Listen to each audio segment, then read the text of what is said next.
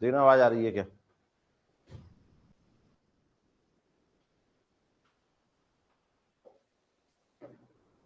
App पे check करना आवाज आ रही है क्या।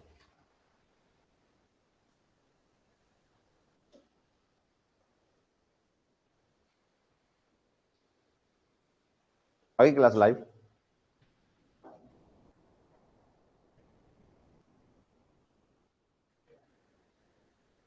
खोल के रखना। आज क्वेश्चन आंसर करवाना है, इसके चैप्टर खत्म हो जाएगा आज, तो कोई आंसर जरूर देना है सभी। कितना पढ़ के आए हो तुम, कितना सीख रहे हो, यार पता चलता है।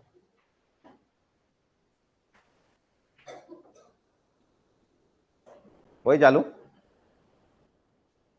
आओ देखो इधर, कल अपन ने पढ़ा था इसमें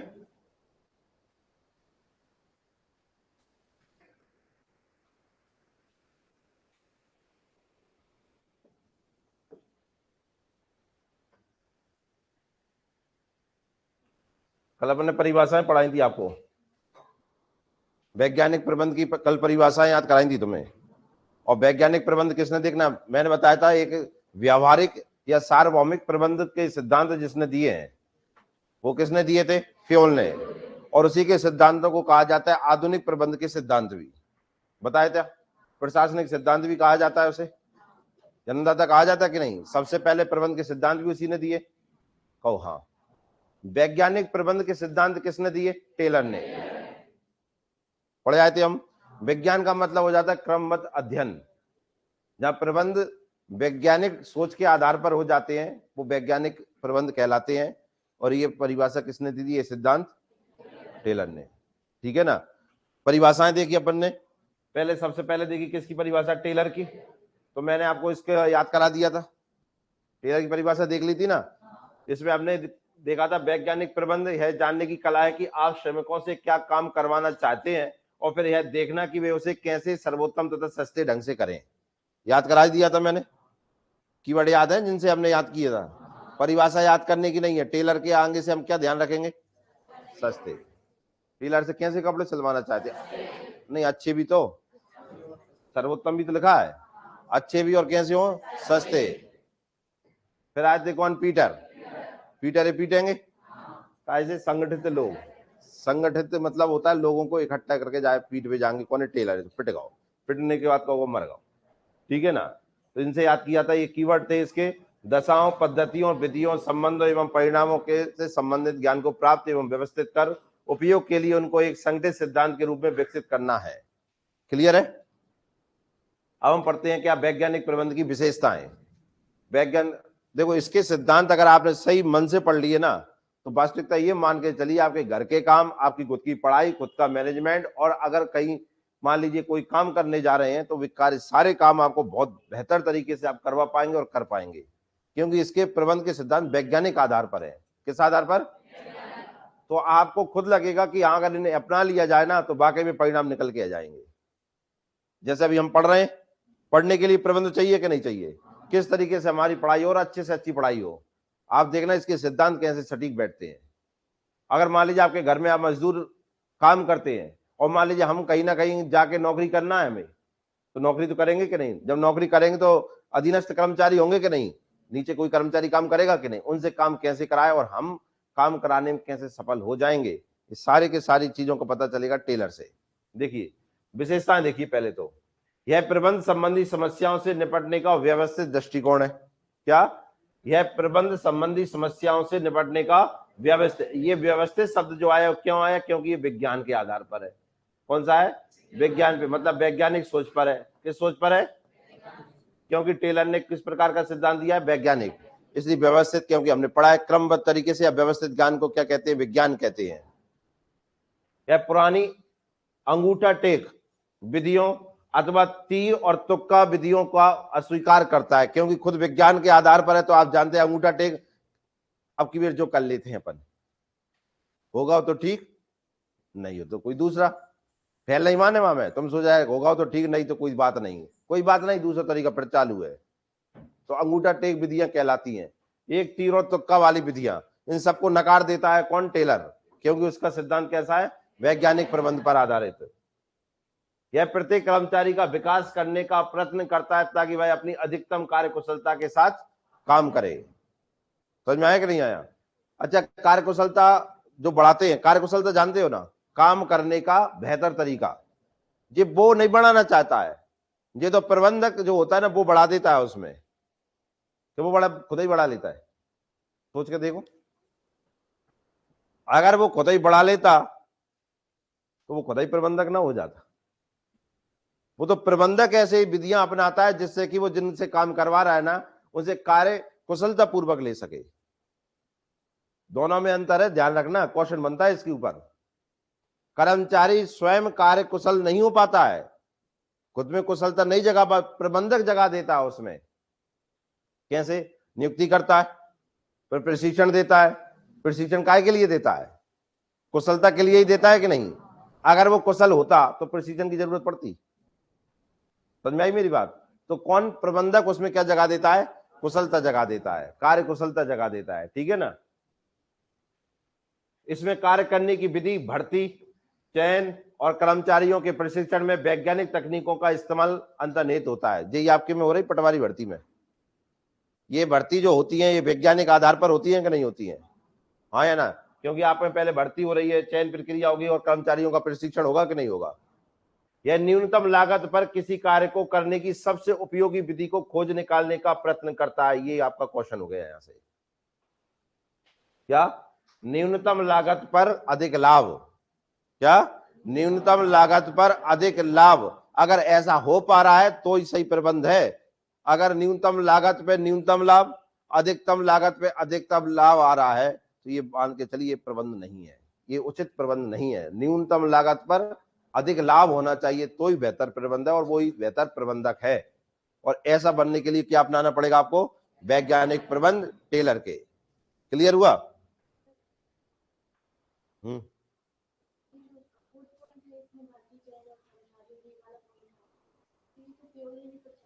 हाँ, तो दोनों में समानताएं भी तो रहेंगी, दोनों में समानताएं भी रहेंगी, दोनों में असमानताएं भी रहेंगी, ठीक है ना। दिए तो सब दोनों ने प्रबंध की सिद्धांत है ना, वैज्ञानिक प्रबंध। हाँ, तो जो भर्ती प्रशासनिक कार्यों में होती है क्या उसी तरीके से भर्ती प्राइवेट निजी में नहीं हो सकती? तो फिर तो निजी की भी भर्ती ऐसी ही होती है ना, पहले भर्ती होती है, चयन होता है और फिर प्रशिक्षण होता है, कि नहीं होता है? ये विशेषता पढ़ रहे हैं अपन इसकी, वो उसकी विशेषता हो सकती है। तो वही तो मैं बता रहा हूँ, दोनों के सिद्धांतों में कुछ समानताएं भी हो सकती है, कुछ असमानताएं भी हो सकती है। ये पहचानने का काम आपका, जब दोनों पढ़ो तो क्या समानताएं और क्या असमानताएं हैं।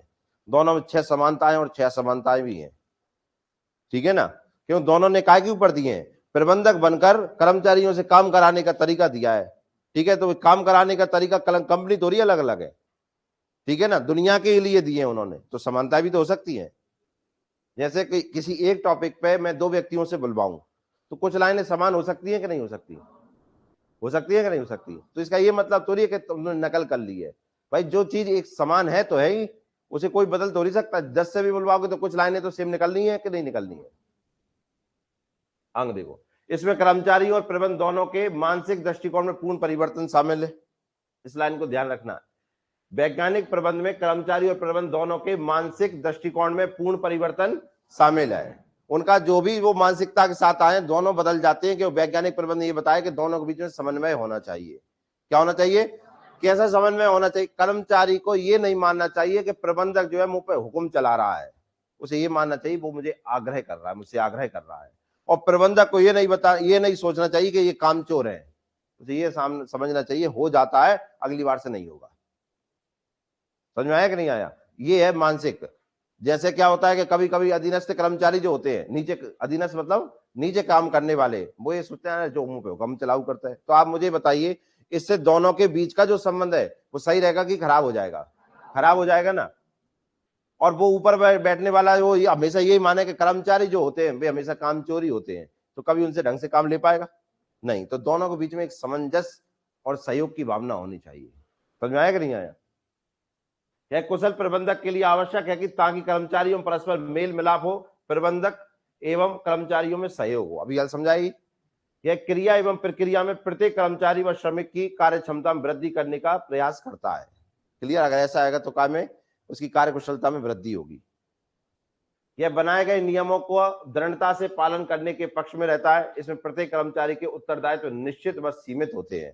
सबका उत्तरदायित्व होता है, कौन है कितना करना। उत्तरदायित्व का मतलब ये होता है कि सब अपनी चीज को समझे कि मेरा काम क्या है और मैं कहां तक जरूरी हूं। जैसे प्रबंधक कोई काम देता है और वो मान लीजिए जो श्रमिक है वो सही तरीके से काम करता है और काम बिगड़ जाता है, तो प्रबंधक को समझना चाहिए कि मैंने ही काम देने में कुछ गलती कर ली। पहला, प्रबंधक ने अगर सही तरीके से काम दिया और श्रमिक से कोई काम बिगड़ जाता है तो श्रमिकों को ये मंजूर करना चाहिए, स्वीकार करना चाहिए, हाँ ये काम मुझसे गलत हो गया। अगर ऐसा चल रहा है तो सहयोग चल रहा है, तो दोनों अपने अपने उत्तरदायित्व को समझ रहे हैं। अब प्रबंधक ये कहे मुझसे गलती होता ही नहीं है, अब वो कचू भी गलती भाई श्रमिक पे ही डाल रहा है, नहीं तू नहीं करी होगी। वो बेचारा दिन रात मेहनत कर रहा है और ईमानदारी से मेहनत कर रहा है और गलती भाई तो भाई पे डाल दी। क्या आप बताइए क्या इससे कोई फायदा होगा? इससे तो दोनों के बीच का जो सहयोग है वो बिगड़ जाएगा कि नहीं। इसलिए इसमें बताया कि दोनों को अपना अपना उत्तरदायित्व समझना चाहिए, कहां किससे गलती हुई उसे स्वीकार करना आना चाहिए। अब वैज्ञानिक प्रबंध क्या है? किसी कार्यस्थल पर किए गए कार्य से संबंधित सभी मामलों में पुराने व्यक्तिगत निर्णय या विचार के स्थान पर यथार्थ वैज्ञानिक अन्वेषण और ज्ञान वैज्ञानिक प्रबंध है। यही पढ़ के आया ना, पुराने रीति रिवाजों को छोड़कर वर्तमान में जो चल रहा है उस युग के हिसाब से दृष्टिकोण अपनाना ही क्या है? वैज्ञानिक प्रबंध है। किसने परिभाषा दी? किसने दी? टेलर ने। इसका भी पढ़ के आए पीटर ने। वैज्ञानिक प्रबंध का अर्थ है कार्य का व्यवस्थित अध्ययन, कार्य का सरल भागों में विश्लेषण और श्रमिकों द्वारा किए गए कार्य के प्रत्येक भाग में क्रमबद्ध सुधार करना ही वैज्ञानिक प्रबंध है। ये किसने दी है? पीटर ने। पढ़े आए हम सब इनको। वैज्ञानिक प्रबंध संगठन का एक रूप तथा उद्देश्यपूर्ण सामूहिक प्रयास की वह प्रक्रिया है जो किसी रूढ़िवादी अथवा भूल करो और सुधार की प्रक्रिया द्वारा निर्धारित नीति के स्थान पर वैज्ञानिक अन्वेषण और विश्लेषण की प्रक्रिया से उत्पन्न सिद्धांतों पर आधारित होती है। किसने दिया? पियर्सन ने। किसने दिया? देखो मैंने आपको ये बता दिया है, भूल करो और सुधार की प्रक्रिया। मैंने कहा कि काम करते जाओ, गलती हो गई तो दोबारा काम करेंगे, इससे हमारी टाइम की बर्बादी होती है और व्यय ज्यादा होता है, खर्च ज्यादा होता है। जैसे मान लीजिए आपको आ नहीं रहा है तो आपके मन में आता है अरे करके ही तो सीखेंगे, करके तो सीखेंगे अच्छा है, लेकिन करने पे गलती भी तो होगी, फिर दोबारा करोगे, फिर काम में क्या हो रही है? पुनरावृत्ति हो रही है कि नहीं हो रही? और पुनरावृत्ति करने से आप जानते ना कितना फिजूल खर्ची होती है, हाँ या ना? बात समझ में आ रही है कि नहीं आ रही? तो आप जानते ना ये सब चीजों की जगह पे क्या अपनाना चाहिए? वैज्ञानिक प्रबंध। क्योंकि वैज्ञानिक प्रबंध कैसे होते हैं? आधारों पर, प्रयोगों पर, अनुभवों पर आधारित होते हैं। इससे ये वाली प्रक्रियाओं का काम खत्म हो जाता है, भूल करो सुधार करो, रूढ़िवादी प्रक्रियाओं का काम खत्म हो जाता है। क्लियर हुआ कि नहीं हुआ? जैसे तुम कहो कि हमारे घर में तो ऐसा ही होता चला आ रहा है तो ऐसा ही करते हैं सब काम। घर में होता चला आ रहा है, तब होता था, तब परिस्थितियां कुछ और थी। आज वो परिस्थितियां नहीं है और वही तरीके अपना रहे तो निश्चित है कि आपके काम में पैसा ज्यादा खर्च होगा, काम देर से होगा और हुआ या नहीं हुआ इसकी कोई गारंटी नहीं है। क्योंकि आज की परिस्थितियां अलग है या नहीं है, तो परिस्थितियों के हिसाब से तरीके भी बदल जाते हैं और ऐसे तरीके बदलना है तो तरीका अपनाओ कौन सा? वैज्ञानिक प्रबंध। ये किसने कहा? पियर्सन ने। अब देखते FW टेलर के सिद्धांतों को। देखना इससे पहले फ्यूल के सिद्धांत पढ़ के आए, 14 सिद्धांत दिए उसने। कितने सिद्धांत? प्रबंध के कितने सिद्धांत दिए? क्लियर है? अब टेलर के सिद्धांत पढ़ रहे हैं, इसने भी 14 ही सिद्धांत दिए हैं। कितने? पहले देख लेते हैं इसका संक्षिप्त नाम है क्या? Frederick Winslow Taylor. ठीक है ना?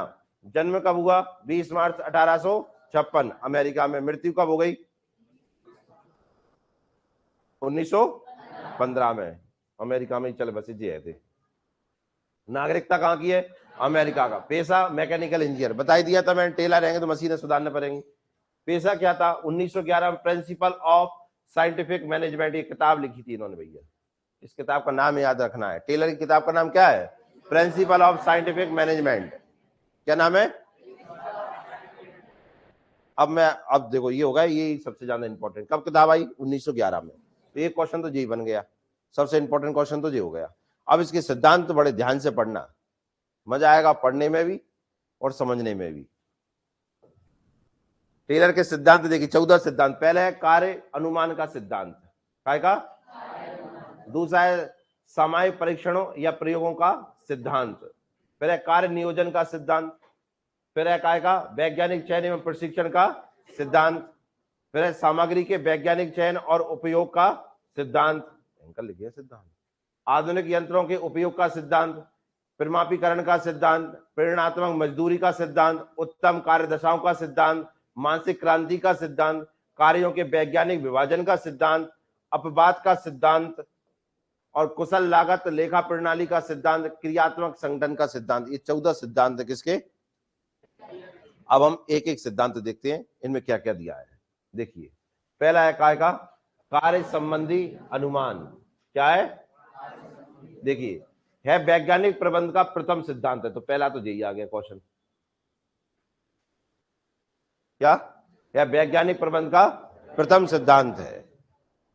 क्या है वैज्ञानिक प्रबंध का प्रथम सिद्धांत कौन सा है, कार्य संबंधी अनुमान सिद्धांत। क्लियर है। इस सिद्धांत के अंतर्गत प्रबंधकों द्वारा इस बात का अनुमान लगाया जाता है कि एक औसत श्रमिक अपने स्वास्थ्य को खोए बिना कितना कार्य कर सकता है, ताकि इस आधार पर प्रमाणित कार्य का निर्धारण किया जा सके। इस सिद्धांत का उद्देश्य कार्य करने की सर्वश्रेष्ठ पद्धति को ढूंढना है। अब यहां से एक क्वेश्चन, कार्य करने की सर्वश्रेष्ठ पद्धति को किस आधार पर ढूंढा जाता है, तो आंसर लगेगा कार्य संबंधी अनुमान सिद्धांत के आधार पर। क्या मतलब है इसका, सुनिए, आपके ऊपर ही बता रहे हैं, पहले आप ही सुन लो। जैसे मान लीजिए कि आप पढ़ने के लिए बैठते हैं, तो एक कह रहा है कि यार मुझे पढ़ने हैं, पढ़वे बैठ गो किताबें धर के सबरी पटवारी के 8 ही सब्जेक्ट, आज पढ़ के ही छोड़ेंगे मैं। पढ़ रहा है व्यक्ति, पढ़ता जा रहा है पढ़ता जा रहा है पढ़ता जा रहा है और मन में है उसके पढ़ना ही है मुझे। तो आप जानते हो जो शुरुआत में उसकी पढ़ने की क्षमता होगी वो लास्ट में जाके 2-3 घंटे बाद कम हो जाएगी, फिर बराबर बनी रहेगी। कोई है ऐसा जिसका ऐसा होगा सुबह से लेकर शाम तक अपन ये कही रहते हैं, है क्या? क्या आपको ये पता है कि मैं कितने घंटा लगातार एक जैसा पढ़ सकता हूं? किसी को पता है मैं लगातार कितने घंटा एक जैसा पढ़ सकता हूं? किसी को पता है? पता है क्या? ये तो क्या नहीं पाओ कछुआर, तुम्हारी पूछ रहे हैं, पड़ोसन की थोड़ी पूछ रहे हैं यार। खुद का पता है क्या? नहीं है पता तो ये मान के चलो एक मैनेजमेंट नहीं करावे अपनो। अगर मुझे ये पता है कि मैं 3 घंटा बेहतर पढ़ सकता हूं तो मैं अच्छा मैनेजमेंट खुद का जानता हूं, तो 3 घंटा ही मुझे पढ़ना चाहिए, फिर उसके बाद मुझे गैप ले लेना चाहिए। चाय पी लो, नाश्ता करे आओ, थोड़ा घूम लो, ठीक है, थोड़ा लेट लो और उसके बाद दोबारा पढ़ने बैठ जाओ। तो जो 3 घंटा आपने अभी शुरुआत में पढ़े इतना, ऐसे ही 3 घंटा फिर पढ़ सकते हो आप। लेकिन लगातार अगर बैठ रहे हो तो बहुत से बहुत 4 घंटा, उसके बाद आपके काम खत्म है, फिर 2 घंटा बर्बाद हो गए कि नहीं? कौन सा उचित कार्य है? 3 घंटा पढ़ने के बाद अगर 15 मिनट की और 20 मिनट का रेस्ट लेने के बाद अगले 3 घंटा पढ़ जाए वो, तो लगातार आप पढ़ने के लिए बैठ गए तो आखिरी के जो 14 घंटा चल रहा होगा उसमें आपकी पढ़ने की जो याद करने की जो गति है वो ऐसी डाउन होती चली जाएगी और धीरे धीरे किताब पे गिर जाओगे। कौन सा अच्छा है? पहला वाला अच्छा है कि नहीं? लेकिन आप खुद जानते हो ना, तुम करते ही नहीं हो। तुम 3 घंटा बाद नहीं उठो, तुम 1 घंटा बाद उठ जाते हो। कितने घंटा बाद? अब 1 घंटा में तो किताबें नहीं खुल पाई थी, अगले में फिर उठ गया वो। तो ये कोई सिद्धांत नहीं है कि सर हम तो हर घंटा पे कर लेते। भाई फिर तो काम हो ही नहीं पाया ना, आप हर घंटा उठते रहोगे तो काम कब होगा? तो इसलिए कुछ समय तो लगातार करना ही चाहिए कि नहीं? तो आप 2.5 घंटा 3 घंटा लगातार पढ़िए, इसके बाद आध घंटा का रेस्ट लीजिए, इसके बाद फिर पढ़ने के लिए बैठ जाइए। ये कंपनी में देखा होगा आपने कि वे काम करवाते हैं, उसके बाद क्या करते हैं, उनके लिए लंच टाइम देते हैं। वो देते हैं कि नहीं? उन्हें एक एवरेज मान लीजिए कि एक कर्मचारी शुरुआत से 4 घंटा लगातार काम कर सकता है, इसके बाद वो लंच दे देते हैं, तो आध घंटे का लंच चलता है।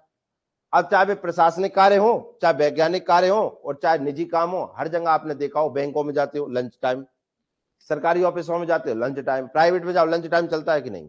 क्या करते हैं, खाना खाया उन्होंने, थोड़ा सा रिलैक्स हो लिया, इसका जब वो काम करने आते तो उसी तरीके से रिफ्रेश होकर आते हैं कि नहीं आते? हाँ है ना? इससे क्या है, उनकी काम करने की गति बढ़ जाती है कि नहीं?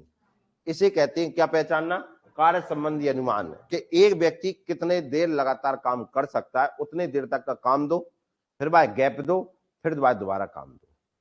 बात समझ आई है? हाँ या ना? और इन्हें ऐसा सोच के चलना है कि ये 100% सही है, क्योंकि ये वैज्ञानिक प्रबंध है, इन्हें कोई नहीं जुटला सकता, आप भी नहीं जुटला सकते खुद के ऊपर भी। अगर आप इस तरीके से ही पढ़ रहे हैं तो आप बेहतर पढ़ रहे हैं, नहीं पढ़ रहे हैं ना तो बेहतर नहीं पढ़ रहे हैं। समझ में आया कि नहीं आया?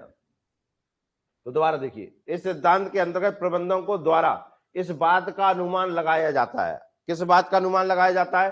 कि एक औसत श्रमिक अपने स्वास्थ्य को खोए बिना कितना कार्य कर सकता है, मतलब एक सही तरीके से बैठ के कितना काम कर सकता है। जितना काम कर सकता है उतना ही काम दे दो भाई।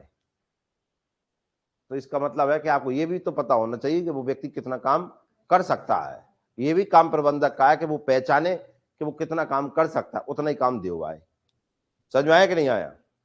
ताकि इस आधार पर प्रमाणित कार्य का निर्धारण किया जा सके। प्रमाणित मतलब जो काम दे दिया है उसका निर्धारण किया जा सके, हाँ जो काम इतनी देर में हो पाएगा तुझे जो करना है, ठीक है ना। इस सिद्धांत का उद्देश्य क्या है? कार्य करने की सर्वश्रेष्ठ पद्धति को ढूंढना। आप हर जगह चले जाओ जहां कर्मचारी और अधिकारी काम कर रहे हैं उसमें यही चल रहा है। शुरुआत में घर से जाते हैं, काम करने के लिए बैठते हैं, 3 से 4 घंटे काम करते हैं, उसके बाद आप जानते लंच टाइम आता है कि नहीं, और उसके बाद फिर दोबारा काम करते हो, फिर छुट्टी। यही चलता है कि नहीं चलता? अगर उन्हें लंच टाइम ना दे और लगातार काम कराते रहे तो आखिरी में चिड़चिड़ा के कंपनी छोड़ के भाग जाएंगे। और बड़ी कंपनी में जाइए जिसमें दिमाग का काम ज्यादा चलता है तो वहां और छूट रहती है कि जब उन्हें चाय चाहिए तब चाय मंगा के दे देते हैं, नाश्ता चाहिए नाश्ता दे देते हैं। क्या होगा? काम की गति बढ़ जाएगी, कार्य कुशलता बढ़ जाएगी। देखना वो भी आगे आएगा।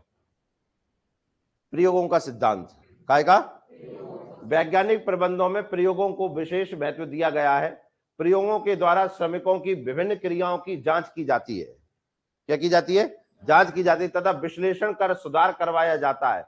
समय एवं साधनों की बर्बादी को रोकने के लिए FW टेलर ने 3 प्रकार के वैज्ञानिक प्रयोग किए हैं।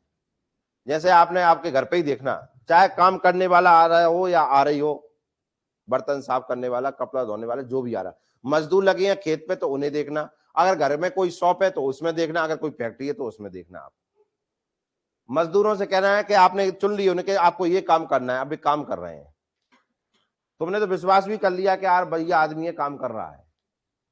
लेकिन मैं आपको एक चीज बता रहा हूं, यहां से इस सिद्धांत के आधार पर आपको एक चीज का पता चलेगा आज पहली बार, अगर आप मजदूरों पर ध्यान नहीं दे रहे हैं लगातार तो वो कम से कम 50% समय की बर्बादी कर रहा है। कितने की? वो 50% ही काम करके जा रहा है, चाहे वो दिन भर काम कर रहा हो, बंद बिल्कुल भी ना हो बाकी हाथ पांव, लेकिन वो 50% की समय बर्बादी कर रहा है। अब इसे रोकें कैसे?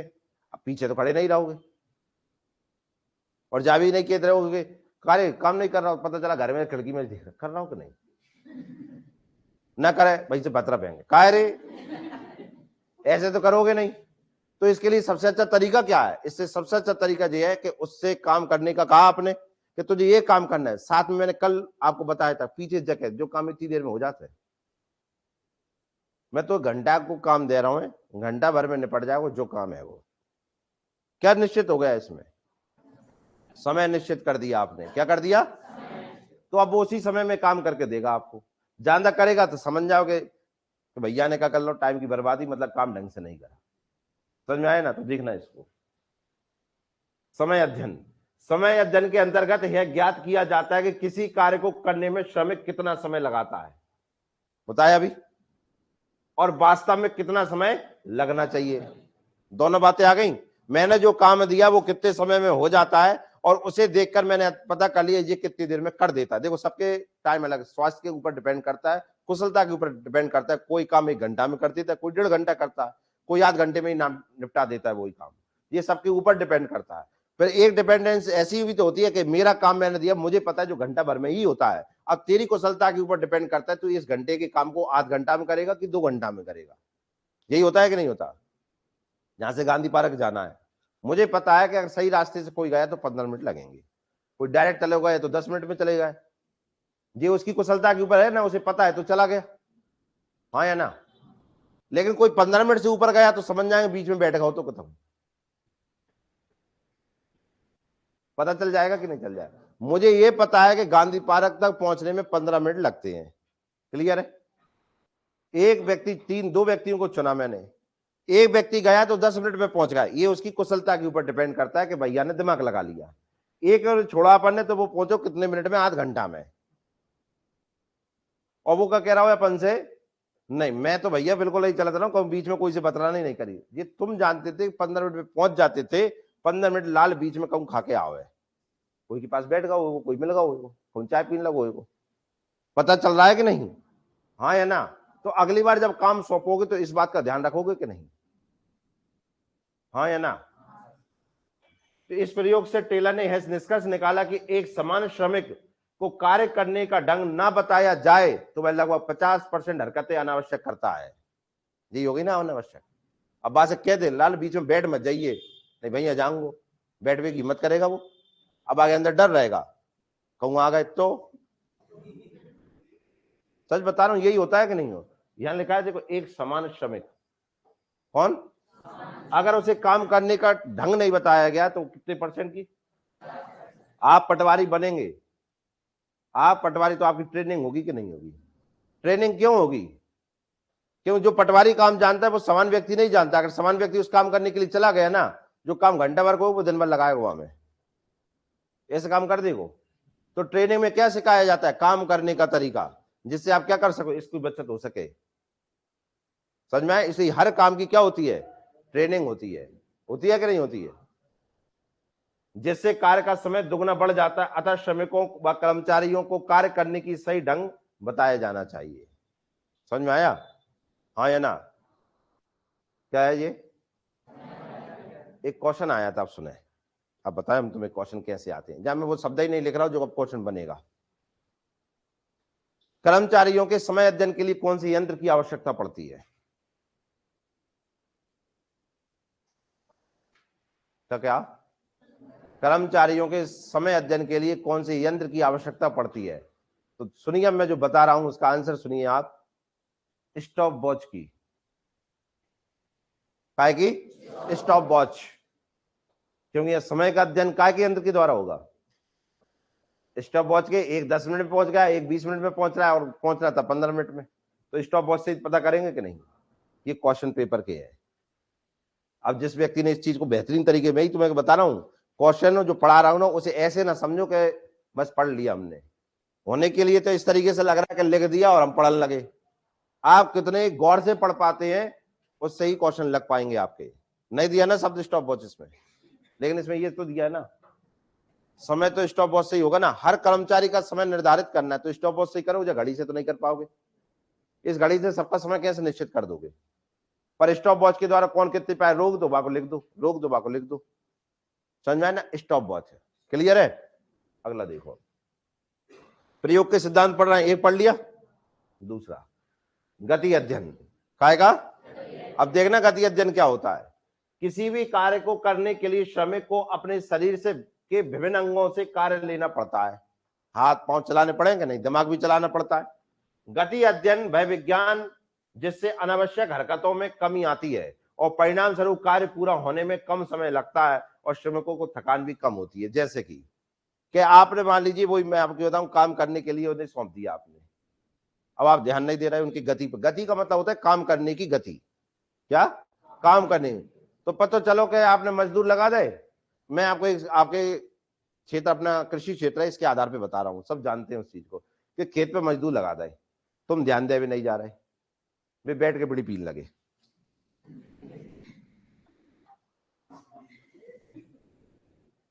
बैठ के पी रहे हैं भाई, बैठ रहे बतरान कर रहे हैं, उन्हें दूर से देख लो, अच्छा मालिक आ रहे हैं, काम काटन लगो। अब यही होता है कि नहीं होता?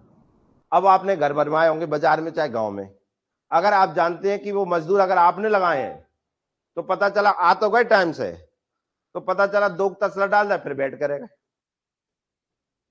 अब ऐसे क्या लग तो रहा है कि शाम के 5 बजे तक काम किया, लेकिन काम करो कैसे? बैठ बैठ के। बात समझ में आई कि नहीं आई? हाँ या ना? कोई भी स्टूडेंट है, इन्हें पढ़ने के लिए आपने दे दिया है, अब वो कॉपी 24 घंटे खोले बैठे हुए, और तुम्हें लग रहा है दूर से कॉपी तो खोल रही, लेकिन तुम देख ही नहीं रहे वो कॉपी पे सो रहा है, उठ जा रहा हो, सो जा रहा हो, क्या वो पढ़ पा रहा है? बैठ रहा है और गिर रहा है, बैठ रहा है और गिर रहा है, लेकिन घर वालों को बता रहा है, घर वाले दूर से और मोड़ा भयंकर पढ़ते, उठ ही नहीं रहो, 24 घंटे पढ़ रहा है। भयंकर काम हो रहे हैं कि नहीं? और भयंकर काम हो रहे हैं। लाल बैठा है ऐसे, घर वाले जी सबरे बैठे, लाल ने टेबल लगा ली, बैठा है, पता चला किताब की जो मोबाइल धरा है।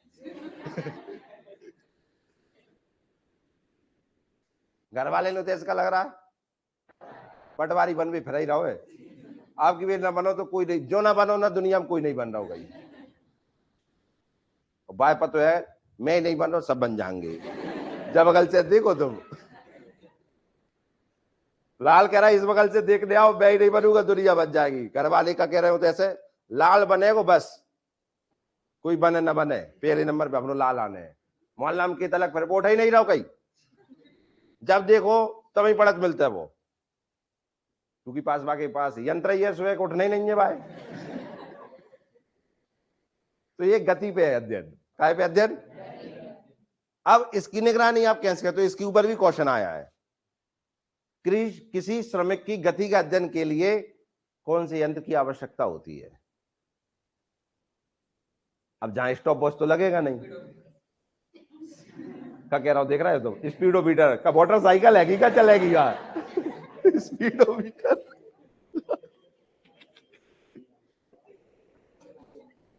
लाल स्पीडोमीटर वहां पे इंस्टॉल कैसे होगा, मुंह में क्या यंत्र डाल देगा क्या। मोटरसाइकिल देखिए रेस होती है, स्पीडोमीटर कहलाता है कितनी रेस पे चल रहा है कहीं।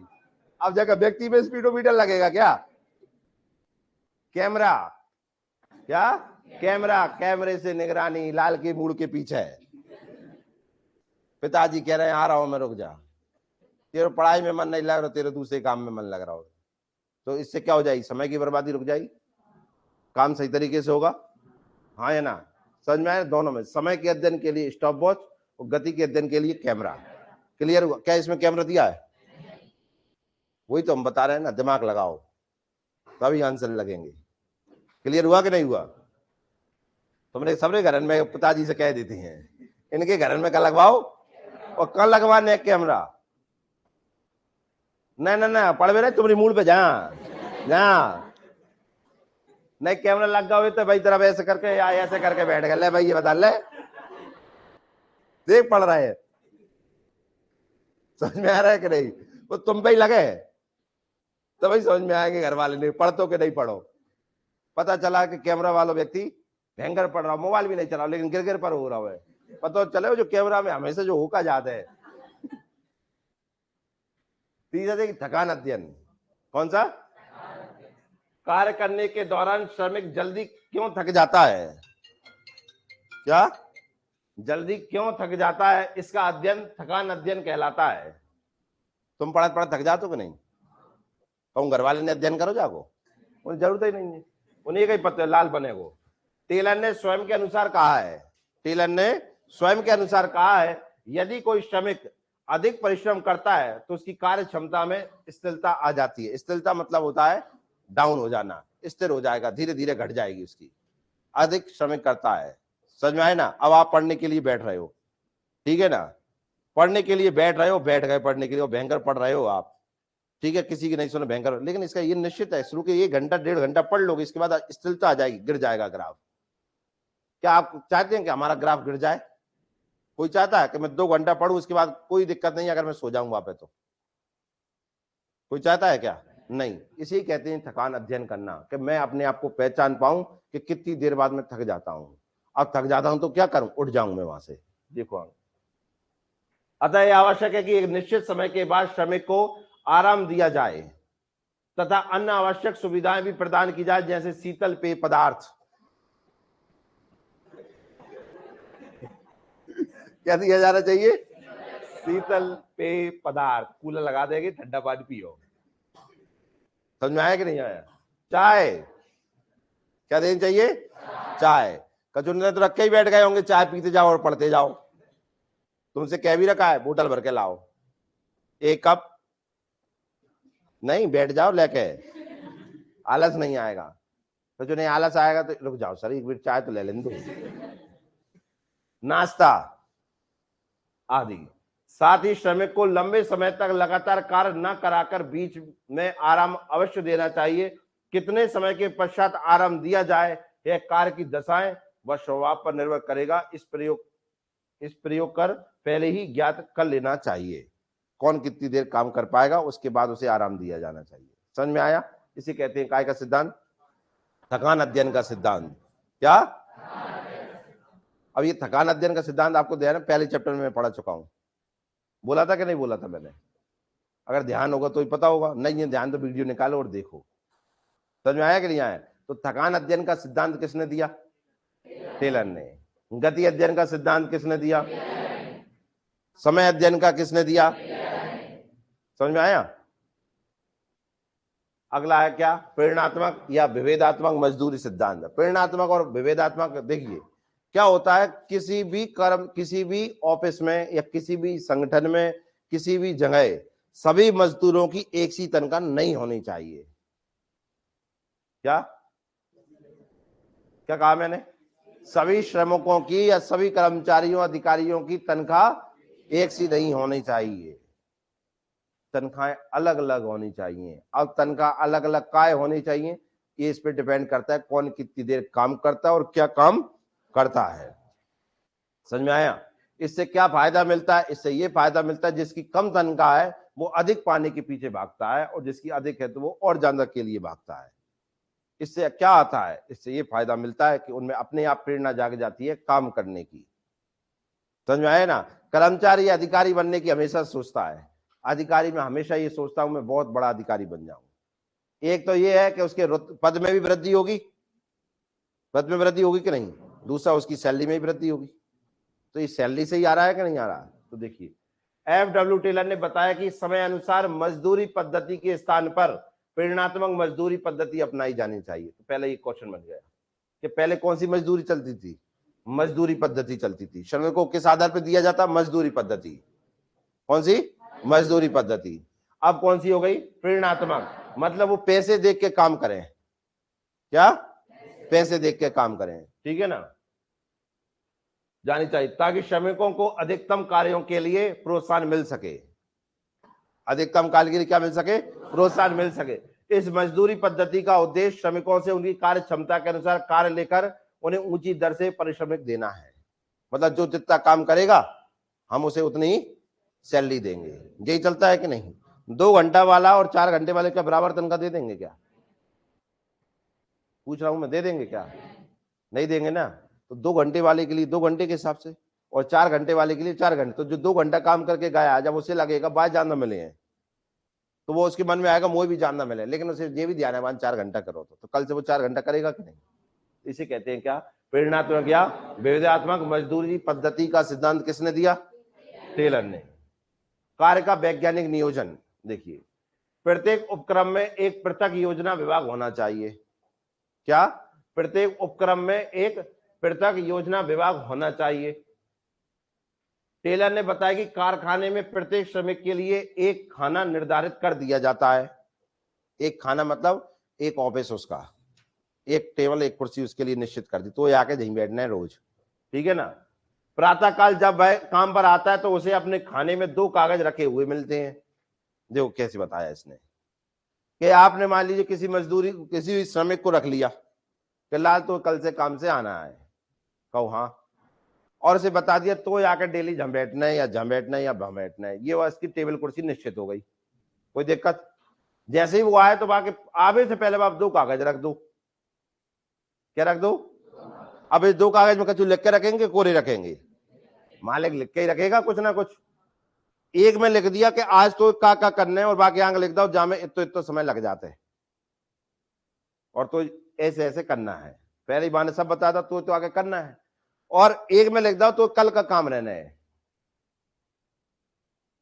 तो एक तो आया तो मुझे आज का काम मिल गया कि आज मुझे क्या क्या करना है, एक मन में बना के चलोगे कल आके अपने जो करने हैं। एक तो समय की बर्बादी बच गई। जैसे आप मान लो एक काम कर लो फिर काम दे दो, तब तक तो फ्री बैठो रहो, तुम ना दे पाए तो वो फ्री बैठो ना, तलक सोलो मजदूर साहब मालिक साहब नहीं आ रहा है तो सोलो गई। इससे अच्छा क्या है कि उसे पहले ही दे दो ना काम, तो आज कौन कौन सी करना है, लास्ट में आप उससे निकलवाओ तुमने क्या क्या काम कर लिए हैं।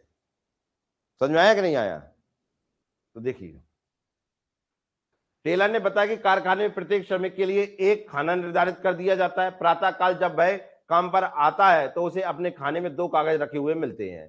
एक कागज पर यह लिखा होता है कि उसे क्या कार्य करना है, किन किन यंत्रों की आवश्यकता होगी तथा कहां पर उपलब्ध होंगे, सब लिख दो में। तो बाय दिमाग लगाना नहीं पड़ रही, काम मिलेगा, ढूंढत फिर रहा है, समय की बर्बादी है ना। पहले ही लिख दिया कि इसमें इस काम की जरूरत पड़ेगी, इस चीज की जरूरत पड़ेगी और वो हमें मिलेगा, ठीक है ना। दूसरे कागज में पिछले दिन का कार्य विवरण दिया होता है, जिसमें पहले दिन उसके द्वारा किए गए कार्य एवं मजदूरी का विवरण होता है। समझ में आया ना, दोनों दिन की बात आ गई कि नहीं। आज तो ये काम करना है, इसमें इस सामान की जरूरत पड़ेगी तो वो सामान का मिलेगा, दूसरे दिन का विवरण के इसके द्वारा ये होगा, तो जब ये कर लेगा तो वो करना है तुझे। क्लियर हुआ कि नहीं हुआ। तो ये 2 कागज का काम करता है।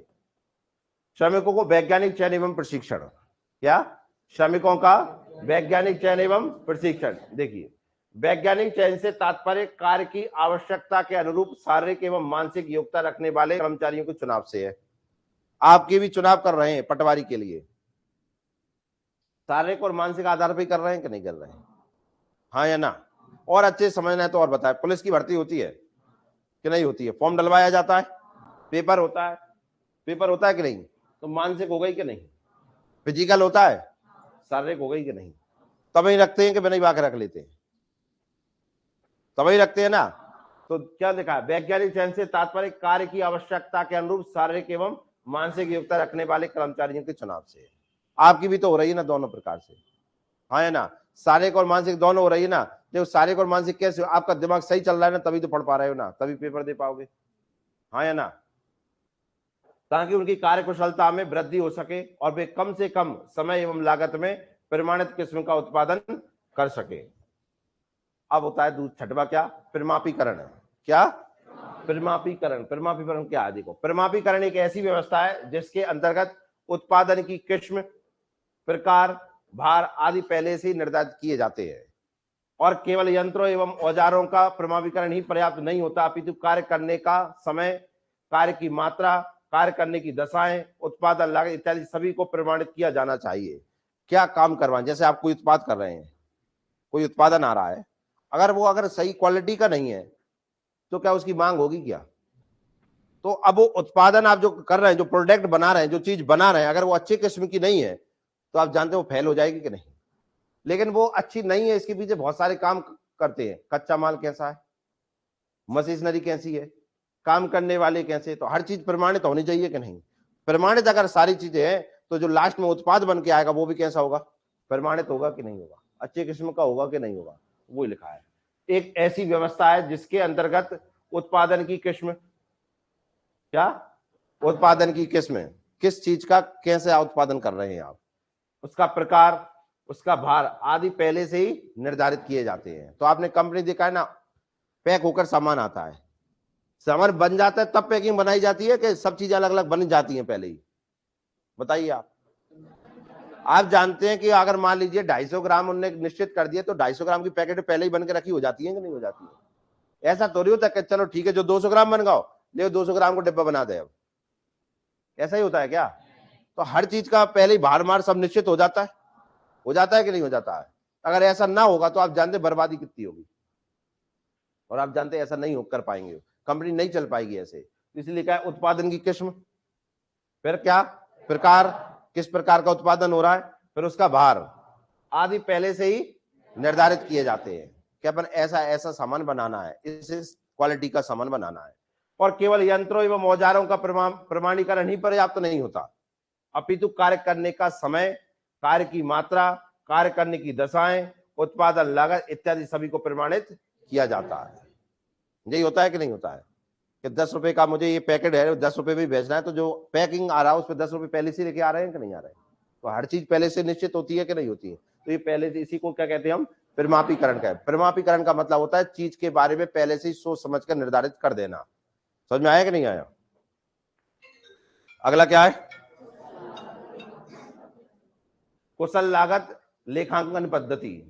कुशल लागत लेखांकन, इससे एक चीज बताइए मुझे, किसके घर में ये होता है कि क्या सामान हमारे घर में आया इस महीने और कितना कितना आया ये लिखा होता है, फिर अगले महीने क्या आ रहा है वो लिखा हो रहा है, और दोनों महीने की तुलना हो रही है।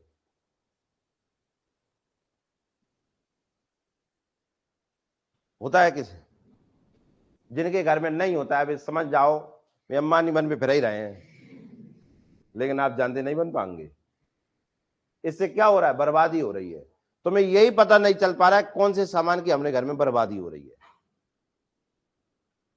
मैं केवल सामान की बात नहीं कर रहा हूं, आपने घर में मजदूर लगाए, उनको कितना पैसा दे दिया, अगले महीना कितना दे रहे हो, हर साल पे कितना भार आ रहा है, कहां जा रहा है पैसे, इसका अगर आपके पास लेखांकन नहीं है तो इससे आपके काम की बर्बादी और पैसे की बर्बादी और समय की बर्बादी सारी चीजें हो रही हैं घर में। तुमने देखा है ना अधिकतर व्यक्तियों के मुंह से एक बात, भाई साहब पैसा तो कमाता हूं लेकिन टिकता नहीं है। लाल तू टिके कैसे, तू ही टिक व्यवहार नहीं है, क्योंकि तुम्हें लक्षण ही नहीं है ऐसे। लेखांकन होना चाहिए हर व्यक्ति के पास अपना। समझदार व्यक्ति है तो देखिए वो लिखता है हर चीज को और उससे अनुमान लगाता है कहां पे मेरा पैसा चला जाता है, तो वहां से वो लौटा के ले आता है, अगली बार नहीं करना मुझे ऐसा। इसे कहते हैं क्या, कुशल लागत लेखांकन पद्धति। समझ में आया कि नहीं आया? क्या होता है देखिए, मितव्ययिता वैज्ञानिक प्रबंध का एक सशक्त औजार है। पहले तो ये क्वेश्चन बन गया। मितव्ययिता होता है फिजूल खर्ची ना हो। देखो इसमें दो शब्द है, व्ययिता मतलब व्यय करना, मित मतलब ना करना, मतलब फिजूल खर्ची ना हो, इसे कहते हैं मितव्ययिता। क्या कहते हैं? तो मितव्ययिता वैज्ञानिक प्रबंध का एक सशक्त औजार। वैज्ञानिक प्रबंध कर क्यों रहे हैं? फिजूल खर्ची किसी भी चीज की ना हो, ना पैसे की, ना समय की, ना लागत की। समझ में आया कि नहीं आया? तो वैज्ञानिक प्रबंध के द्वारा यह किया जाता है। पहला, जिसकी प्राप्ति कुशल लागत लेखांकन पद्धति द्वारा ही संभव है। बिना लिखे संभव है ही नहीं है। जो सोचता है मैं तो ध्यान रख लूंगा, कहूं कोई ध्यान नहीं रख पाए, 2 दिन को ध्यान रख पाएगा, 4 दिन को जाके बाद तुमको ध्यान न रख पाए। ध्यान रखने में अकेले पैसे का ध्यान थोड़ी रखेंगे, समय का भी तो ध्यान रखना है। जब आप लिखोगे कि इस महीने का राशन इतना आया, अगले महीने का, पहले महीने का मान लो 10,000 का आया और अगले महीने का 15,000 का आया, तो आप कहोगे जी 5,000 रुपये काय में लग गए। तो आपको ये भी पता चलेगा कि पिछले महीने में बहुत घर पे बहुत सारे मेहमान आए थे, तो आपको पता चल गया कि घर में इतने लोग आने पर 5,000 का एक्स्ट्रा खर्चा जाता है।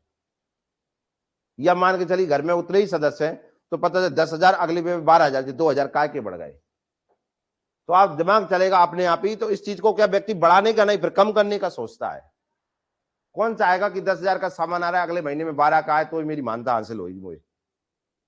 कोई सोचेगा ऐसे? यही सोचेंगे ना कि या तो 10,000 का बना रहे या 10,000 से कम का हो जाए। इससे क्या हो रहा है, पैसे की बचत हो रही है कि नहीं हो रही? हाँ, और अगर ऐसा नहीं है तो कौन कितने का आ रहा है पता ही नहीं चल रहा। हाँ है ना? तो देखिए, जिसकी प्राप्ति कुशल लागत लेखांकन पद्धति द्वारा ही संभव है। उत्पादन की लागत ज्ञात करने, तुलना करने, अपव्ययों को रोकने तथा लागत को कम करने के लिए कुशल लागत लेखांकन पद्धति को अपनाना अत्यंत आवश्यक है। आप कह रहे सर ऐसा संभव नहीं। आप जानते सरकार कितनी बड़ी है, भारत सरकार, और पूरे प्रदेश में, पूरे भारत में फैली है, उसके काम फैले हैं कि नहीं? हर ऑफिस में आप जानते हो चाय भी आ रही है और एक फोटोकॉपी का पेज भी लग रहा है, फोटोकॉपी भी हो रही है कि नहीं हो रही? पर आप जानते हैं सरकार के पास हर चीज का लेखा जोखा है कि सरकार का 25 और 10 पैसा भी खर्च होता है, ये सरकार के पास लिखा रहता है। इसे हम ऑडिट कहते हैं। होता है कि नहीं होता? हाँ या ना? तो आप जानते हैं भारत सरकार का ऑडिटर जनरल होता है कि नहीं? वो पूरे कामों का ऑडिट करता है कि नहीं? वो काय की आदत, कितना पैसा मैंने दिया था, कितने पैसे का काम हो गया, कितना बचा है, तो वो पता कर लेता है इतना फिजूल खर्ची हो गया है। सरकार से जवाब मांगता है कि जी कहां गए पैसा।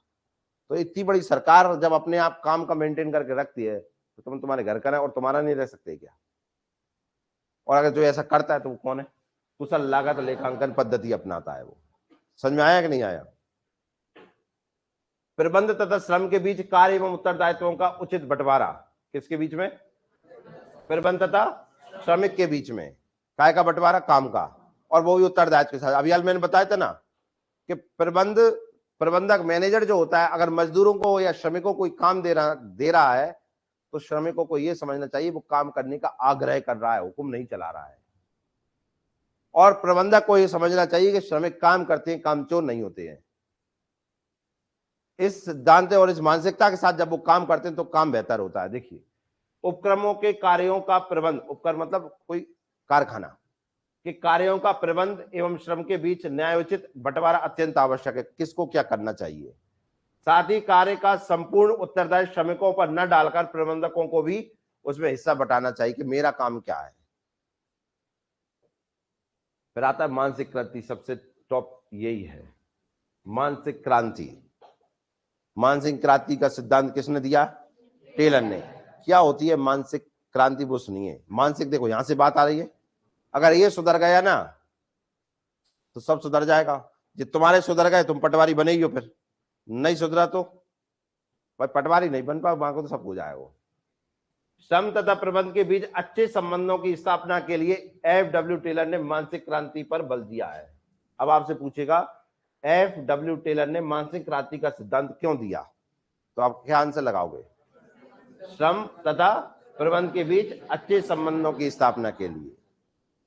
अब क्या है वो आगे पढ़ते हैं। अर्थात श्रमिकों को चाहिए कि वे प्रबंधकों को अपना हितैषी समझें, बुरा नहीं चाह रहे हैं, आग्रह कर रहे हैं काम करने का, तथा उनके साथ सहयोग की भावना का परिचय दें। साथ ही प्रबंधकों को चाहिए कि वे अपने मस्तिष्क से इस विचारधारा का त्याग करें कि श्रमिक कामचोर होते हैं। क्या? कामचोर होते हैं। जैसे घर में काम होते हैं ना, मजदूर आते हैं तो मालिक पहले ही बना लेता है, अरे तो मजदूर तो कामचोर ही होते हैं रे, उन्हें तो कछु कर लो। इससे क्या होता है, दोनों के बीच में संबंध नहीं बन पाते हैं और कम परिश्रम से अधिक मजदूरी प्राप्त करना चाहते हैं। ये मानसिकता त्याग दे। कौन कौन सी? कि श्रमिक कामचोर होते हैं और कम परिश्रम से अधिक मजदूरी प्राप्त करें, काम कम करने पड़े और पैसा ज्यादा। भी तो संबंध खराब हो जाते हैं तब काम ऐसे होते हैं। श्रमिकों एवं प्रबंधकों की मान्यताओं एवं विचारों में क्रांतिकारी परिवर्तन लाना ही मानसिक क्रांति है। दोनों की मानसिक स्थिति ऐसी सुधर जाए तो यही क्रांति है। फिर समझ में आया कि नहीं आया? अगला है क्रियात्मक संगठन या फोरमैनशिप का सिद्धांत। क्रियात्मक संगठन विशिष्टीकरण के सिद्धांत पर आधारित है। क्या लिखा है, पढ़ो। अब थोड़ा सोचो, इससे पहले सिद्धांत पढ़ के आए थे फ्यूल का, और फ्यूल का पहला ही सिद्धांत विशिष्टीकरण का सिद्धांत था। पहला ही सिद्धांत विशिष्टीकरण का सिद्धांत था। विशिष्टीकरण का सिद्धांत होता है काम को टुकड़ों में तोड़ दो। एक व्यक्ति सारे काम नहीं कर सकता है, पर सब मिलकर एक एक काम तो कर सकते हैं। यही है विशिष्टीकरण का सिद्धांत, है कि नहीं है? तो एक व्यक्ति सारे काम नहीं कर सकता है, पर सभी व्यक्ति एक एक काम तो कर सकते हैं ना। इसी को कहते हैं क्या? दूसरे सामने। हम एक साथ पूरा काम नहीं कर सकते, लेकिन टुकड़ों में तो काम कर सकते हैं कि नहीं पूरा। यही होता है कि नहीं?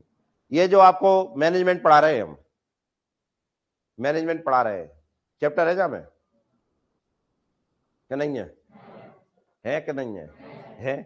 चाहे तो एक चैप्टर ही ना बनाते, पहले से लेकर पूरे पेज भर देते आखिरी तक, कोई चैप्टर नहीं है। पढ़ने तो मैनेजमेंट है, पढ़ो तो वैसा भी हो, तो पढ़ो तो ऐसा भी हो रहा है, पर अंतर आ जाता। जब एक चैप्टर खत्म होता है मन में तसल्ली आती, चलो एक खत्म होगा। आता है कि नहीं आता है? कि चला एक खत्म हो गया, मुझे एक तो हो गया। अगर मान लो कि पूरी एक किताब होती और खत्म ही ना हो रही होती, कब खत्म होगी, आज हम बनने नहीं लगे यार। तो कुल मिला के बात यही निकल के आती कि वह किताबें छोड़ देते, और वही किताब अगर चैप्टर में डिवाइड हो जाती है तो हम पूरी किताब पढ़ देते हैं। तो एक साथ हमसे पूरा काम नहीं होता, लेकिन टुकड़ों में हम काम करने लगते हैं और काम हमसे हो जाता है। इसे कहते हैं क्या? जब आपसे कोई काम ना हो रहा हो, जब आपसे पढ़ाई ना हो रही हो, तो सीधा सा बात है कि उसे तोड़ लो, उसे अलग तरीके से करने लगो, तोड़ तोड़ कर काम होने लगता है, पढ़ाई होने लगती है। समझ में आया कि नहीं आया? क्योंकि हम छोटे छोटे टारगेट बना के जब चलते हैं, जैसे ही वो टारगेट होता है तो मन में एक तसल्ली आती है, चलो मेरा काम हो गया, अगला टारगेट फिक्स कर लो। जैसे आपने कहा आज तो मुझे पढ़ना है, पढ़ने के लिए बैठ गए, आप पढ़ के निपट गए, लेकिन आपने कहा पढ़ तो लिया, लेकिन मुझे समझ में नहीं आया मैंने क्या पढ़ लिया। अधिकतर के साथ यही होता है, मुझे आज समझ में नहीं आ रहा मैं क्या पढ़ा। ऐसी पढ़ाई नहीं। आप आज सुबह निश्चित करो कि मुझे आज इतना निपटाना है और कल मैं यहां से आगे यहां निपटाऊंगा। जब आप ऐसे कर रहे होंगे, जैसे ही वो निपटेगा तो मन में तसल्ली आएगी, आज मैंने जो सोचा था आज वो मेरा हो गया। तो आप अपने अंदर से कॉन्फिडेंस आएगा कि मैं जो सोचता हूं वो हो जाता है। समझ में आया कि नहीं आया? हाँ है ना? अब मान लो किसी से ये ना हो कि मैंने जो सोचा वो नहीं होता, इससे अच्छा है कि वो ये सोच ले कि मुझे पढ़ना क्या है, ये छोड़े, वो ये कहे कि मुझे अब कम से कम इतने घंटा पढ़ना, फिर जितनी पढ़ाई हो जाए। उल्टा सोच ले। बात तो दोनों ही सही है, होने तो दोनों में ही पढ़ाई है कि नहीं है?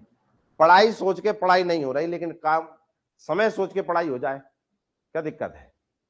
मुझे दिन में 4 घंटा पढ़ना है, 4 घंटा पढ़ ले, वो 2 घंटा होता है, 2 घंटा होता है, 4 घंटा पढ़ाई हो गई, हाँ या ना? लेकिन अगर वो ये कभी कभी ये हो जाता है कि हमने सोचा कि आज मुझे एक चैप्टर खत्म करना है, पता चला पढ़ने के लिए बैठे 2 पेज पढ़े, हो पाए?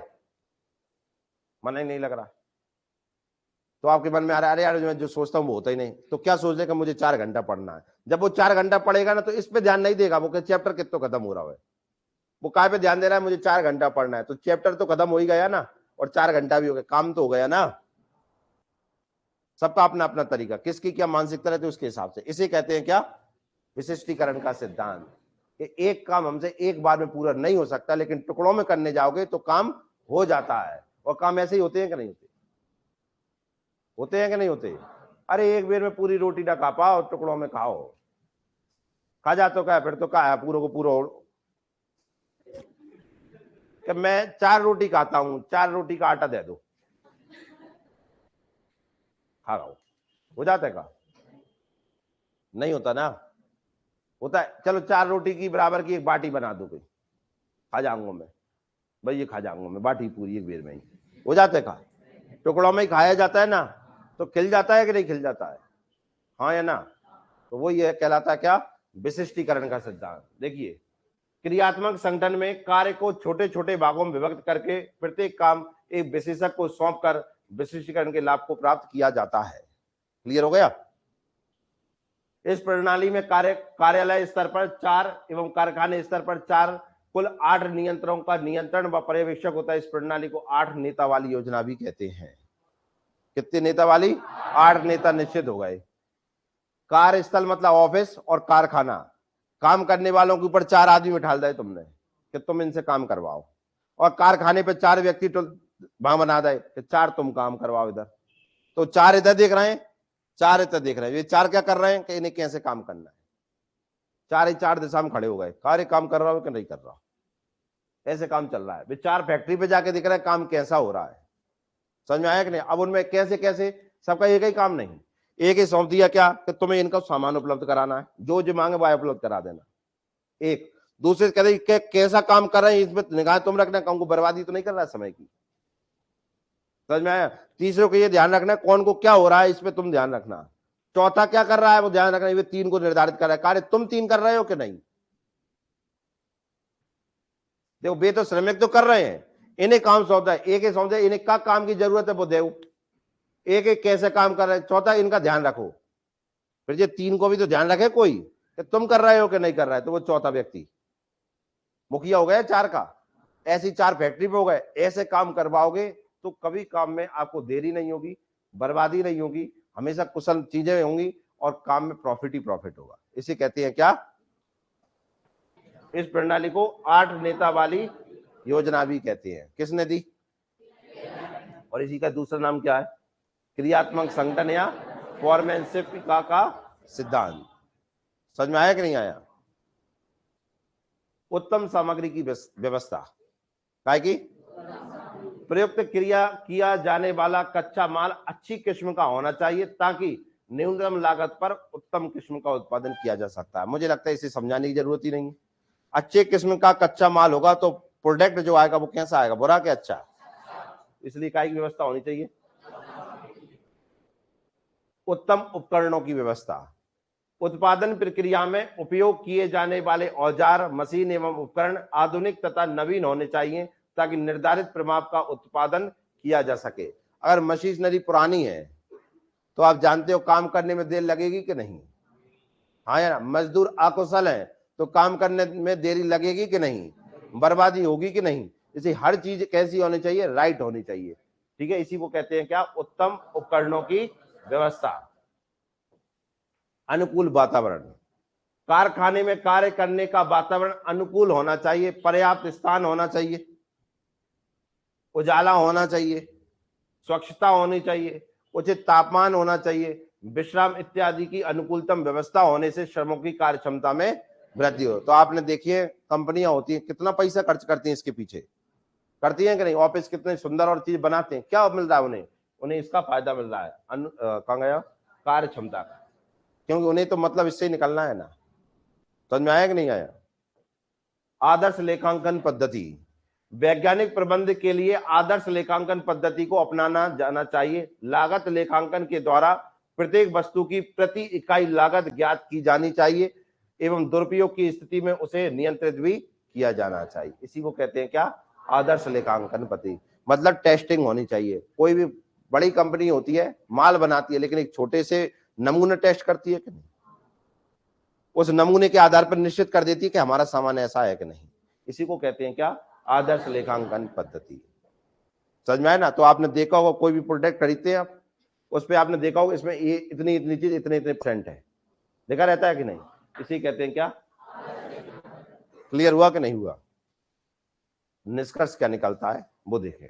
इस प्रकार टेलर के द्वारा प्रतिपादित वैज्ञानिक सिद्धांत आज भी उतने ही महत्वपूर्ण है जितने कि टेलर के समय में थे। क्यों? वैज्ञानिक है, विज्ञान फैल ही नहीं होता, जो था वैसा ही रहना है, वैसे ही रहेगा और कल भी उनकी उपयोगिता निरंतर बनी रहेगी। अंदर केवल है कि प्रबंधक बदलती हुई परिस्थितियों में अपने विवेक तथा परिस्थितियों के अनुसार ही उनका प्रयोग करे। बस जितना ही अंतर रहता है कि नहीं? हाँ या ना? तो आपको टेलर के समझ में आए 14 सिद्धांत? ये फैलना होने, इन्हें हर जगह अपनाया जा सकता है। मैंने आपसे पहले ही कहा था कि आप पढ़े, इन्हें हर जगह फायदा मिलेगा इनका, चाहे कोई काम कर रहे हो आप। क्लियर हुआ कि नहीं हुआ?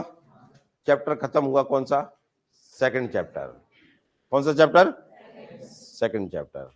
क्लियर हुआ कि नहीं? आपके नोट्स आपको दिए हैं, जिनने भी लिए हैं उनमें क्वेश्चन लिख रहे हैं। क्वेश्चन लगाना जरूर, आप सारे क्वेश्चन लग जाएंगे अब आपसे जो पढ़ा दिए हमने। लाल क्या कह रहे हैं हम ये कह रहे हैं कि जो नोट्स हैं आपके पास, हाँ या ना, जो ऑनलाइन पढ़ रहे हैं उनके लिए नोट्स डाल दिए हैं, तो क्वेश्चन है उनमें आप क्वेश्चन लगाना, ठीक है ना? जितने भी क्वेश्चन है लग जाएंगे, सारे समझ में आ जाएंगे। क्लियर है कि नहीं है? हाँ या ना? और देखिए नोट्स में अगर आपने देखा हो, क्वेश्चन के पहले और चैप्टर के बाद एक शॉर्ट रिवीजन दिया है, तो रिवीजन करिए जिससे कि आपको शॉर्ट नोट्स बनाने की जरूरत नहीं, सब बने बनाए हैं उसमें। नोट्सों में हर चैप्टर के बाद शॉर्ट नोट बने हैं, उनका रिवीजन करके भी आप पूरे नोट्स का पता कर सकते हैं चैप्टर कैसा था। क्लियर हुआ कि नहीं? तो ये अपना खत्म। नेक्स्ट चैप्टर नेक्स्ट दिन स्टार्ट करेंगे। क्लियर है कि नहीं?